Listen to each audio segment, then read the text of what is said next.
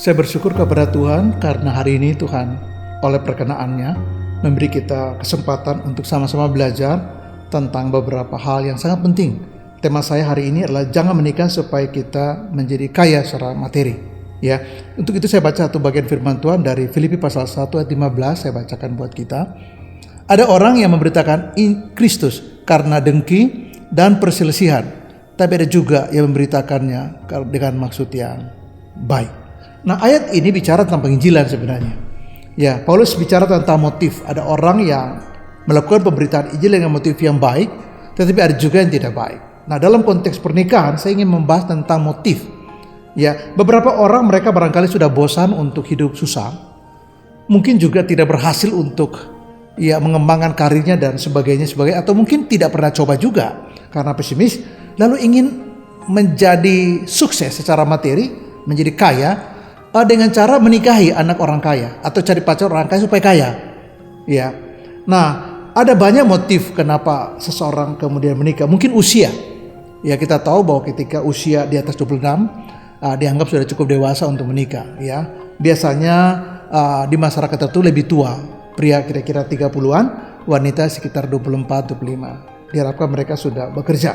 Tapi juga karena alasan harga diri. Orang menikah supaya dianggap jangan sampai tidak laku. Dia menikah supaya dia merasa dia berharga. Saya sudah mendapatkan pasangan saya, tujuan saya sudah selesai, yaitu saya menikah. Saya sudah belajar, saya sudah bekerja, sekarang saya menikah. Bahkan setelah itu punya anak. Nah, itu bagian dari motif. Tapi ada orang juga karena didesak orang tua.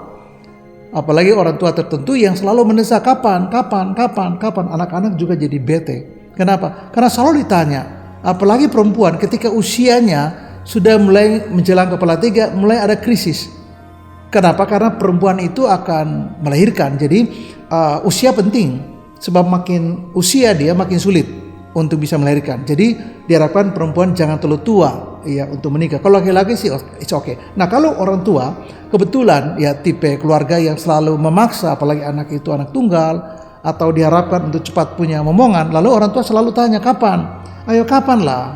Dan orang tua bantu untuk menjodohkan atau mencari jodoh. Nah, mungkin pada zaman tertentu ini masih semacam oke atau model. Tapi sekarang anak-anak tidak mau orang tua bantu untuk mencari jodoh buat mereka. Mereka pikir mereka juga bisa. Jadi kalau mereka belum ingin, lebih baik jangan dipaksakan.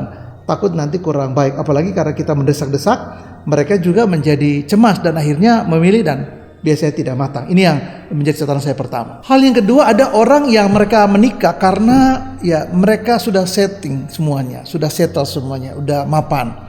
Sehingga pekerjaan oke, rumah sudah oke, usia oke, lalu kemudian mereka memilih untuk menikah. Ini juga kebutuhan biologis kebutuhan sosial mereka perlu untuk membangun rumah tangga. Tapi ada orang juga yang karena takut dianggap kalau single itu nggak bagus. Kalau menjomblo terlalu lama itu dianggap nggak laku. Dan ini keliru. Di masyarakat barat atau beberapa masyarakat tertentu, orang memilih untuk tidak menikah bukan hal yang buruk. Orang yang memilih untuk single karena mungkin sudah mapan, juga berpikir saya mau hidup sendiri aja. It's okay. Dan itu jangan di stigmakan dengan label negatif seolah-olah dia nggak laku atau apa gitu. Karena apa? Karena orang bisa memilih udah saya lebih nyaman sendiri.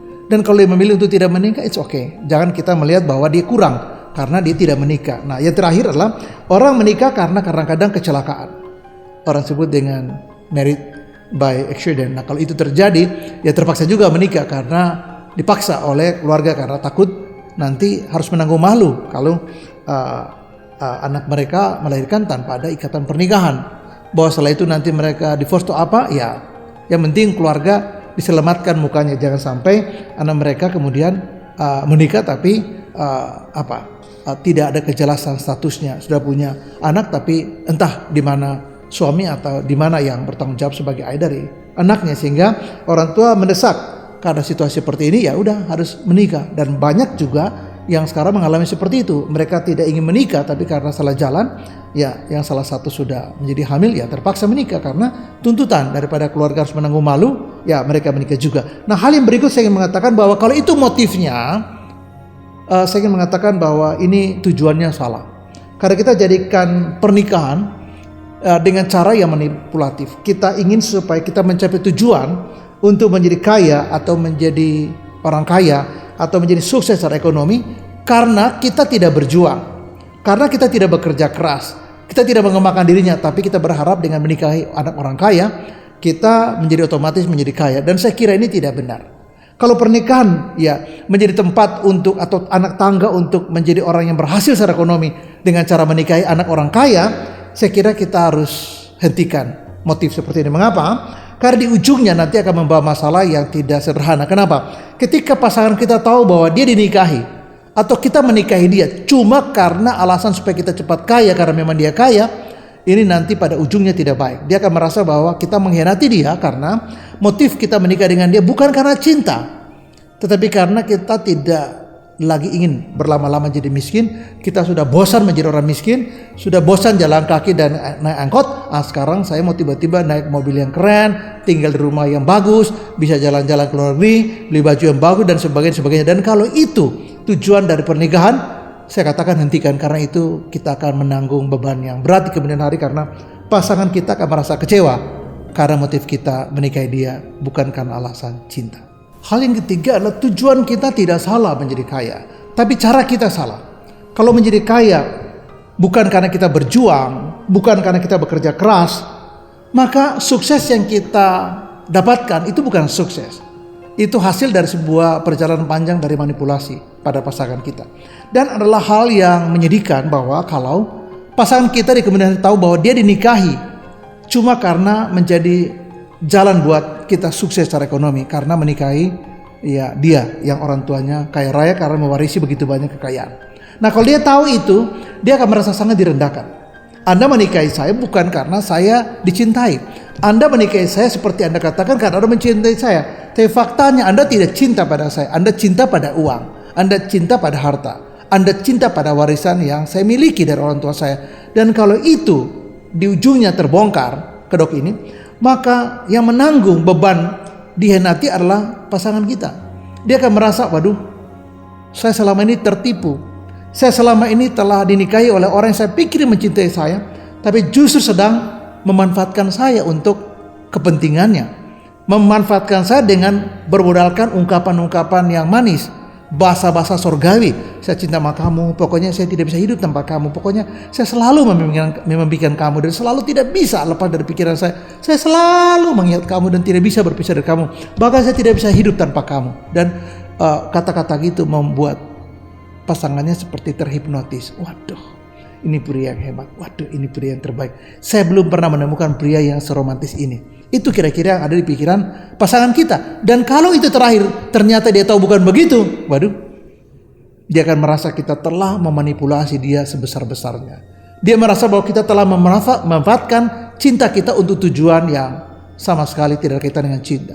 Dia telah merasa manfaatkan oleh kepentingan-kepentingan kita yang sebenarnya tidak terpuji. Nah, cinta diganti dengan motif-motif yang seperti itu memalukan.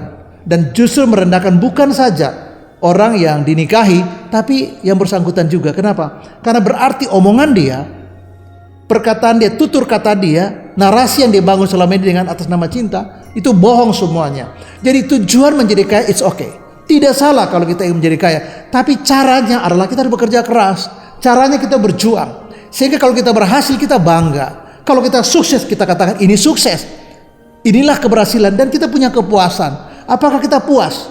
Kita mendapat sesuatu bukan hasil kerja kita, tapi warisan dari pasangan kita. Kita mendapatkan warisan yang banyak bukan karena kita berjuang mati tulang, tetapi karena kita menerima warisan yang diberikan oleh orang tua dari pasangan kita. Dan untuk itulah kita kenapa menikahi dia. Dan ini sama sekali bukan kebanggaan. Ini bukan keberhasilan. Tapi kita berpikir kita berhasil. Tapi berpikir kita berhasil, kita sedang menipu diri kita. Karena mengapa? Itu bukan keberhasilan. Itu adalah hasil dari warisan. Dan kalau kita menikahi pasangan kita dengan tujuan ini sangat memalukan dan harus dihentikan. Kenapa? Karena tujuan seperti itu bukanlah cinta, tapi sebuah pengkhianatan. Paulus mengatakan bahwa banyak orang yang memberitakan Injil karena tujuan yang baik, tapi banyak juga yang tidak baik. Nah, dalam konteks itu, saya ingin mengakhiri dengan mengatakan begini. Ada banyak orang menikah dengan tujuan yang baik, tapi ada orang juga yang memanfaatkan pernikahan untuk tujuannya, yaitu mendapatkan warisan dari pasangannya. Nah, untuk itu, bagi Anda semua, khususnya bagi orang punya motif begini, Anda harus bertobat. Mengapa? Pernikahan itu bukan seperti orang main game, di mana Anda menjadikan itu seperti judi, berjudi, dan itu sangat berbahaya. Ya. Nah, kalau Anda harus menentukan siapa kemudian yang betul-betul Anda rasa mencintai Anda, maka periksa baik-baik motifnya. Apakah benar motifnya bahwa dia mencintai Anda, atau dia melihat kekayaan orang tua Anda, atau dia ingin menjadi kaya karena menikahi Anda, atau tujuan dia tidak mau capek bekerja, tujuan dia mau gampang, tiba-tiba besok setelah menikah dengan Anda, dia langsung pakai mobil bagus, tinggal di daerah yang bagus, jalan-jalan ke luar negeri, dan orang tua memberi warisan yang banyak. Apalagi anak tunggal, dia mulai hitung pabrik, rumah, mobil, deposito, dan bla bla. Dan kalau itu motifnya, tugas Anda penting ialah Anda harus sortir baik-baik, berdoa kepada Tuhan supaya Anda tahu betul, Anda pastikan betul bahwa yang diungkapkan cinta atau yang dimaknai sebagai cinta kepada diri Anda itu benar-benar cinta. Jangan Anda pikir ini cinta, di ujungnya Anda menyesal bahwa ternyata bukan cinta. Tetapi jangan lupa, nama ini sudah diganti ke nama dia, nama mobil jadi nama dia, nama sertifikat rumah itu pakai nama dia, karena Anda percaya. Terlihat dia sangat baik, bahasanya bahasa malaikat semuanya, kata-katanya indah sekali, dan dia sabar, dia nggak pernah pemarah. Tapi itu strategi untuk mendapatkan warisan Anda. Dan kalau itu benar, tugas Anda yang terpenting adalah berdoa dan buka mata, buka hati. Jangan cepat mempercayai, tapi yakinkan bahwa orang yang mengatakan mencintai Anda benar-benar mencintai Anda. Ingat, pernikahan itu butuh sebuah komitmen. Pernikahan itu butuh kekudusan. Dan kalau kita sejak awal komitmennya rendah, sejak awal sudah memanipulasi ini, sejak awal sudah bermain-main seperti game, seperti judi, ini sangat berbahaya. Dan tugas kita ialah sortir baik-baik. Kata cinta itu jangan langsung ditelan. Kata ungkapan saya sayang sama kamu itu dimaknai supaya jangan sampai kita telan, jangan sampai kita terpesona, kita pikir ini cinta, di belakang kita tahu itu tidak cinta, kita nangis, kita akan hancur berkeping-keping, kita akan lebur dalam kepedihan. Dan ketika kita mengalami itu, waktu udah berlalu, uang sudah jadi milik diri, pergi bersama orang lain. Apa terjadi? Anda gigit jari. Kenapa? Karena Anda tidak sorti baik-baik. Anda selalu telan mentah-mentah. Apa yang dikatakan cinta, aku sayang padamu, I love you, dan bla bla bla, itu cuma pemanis di bibir.